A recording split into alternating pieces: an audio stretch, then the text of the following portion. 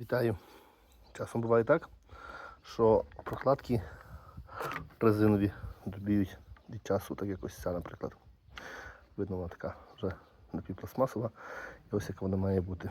Дуже еластична, м'ягенька. Ну, вона ж якраз і є для того, щоб герметизувати якісь з'єднання. І хочу вам поділитися лайфхаком, як їх можна відновити. Ось, зразу кажу, це швидше таке буде як бомж-ремонт, але для продажу авто чи будь-чого іншого вистачає. Тобто, по моїх відчуттях, на років 2-3 відновленої такої гуми вистачає.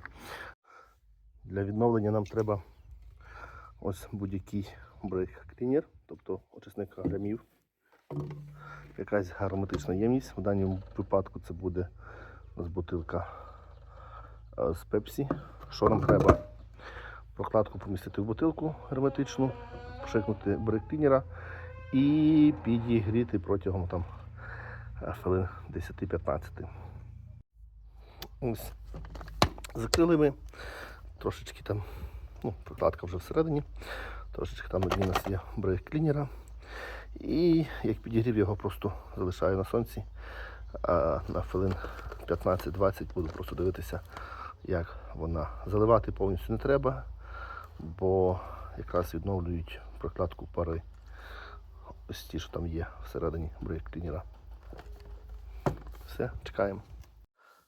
Так, пройшло може півгодини, може хвилин 40. Ось доставив прокладку.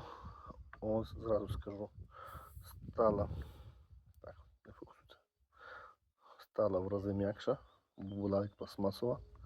Да, звісно, не дотягує до нової, але як тимчасовий варіант, ось, можна таке робити.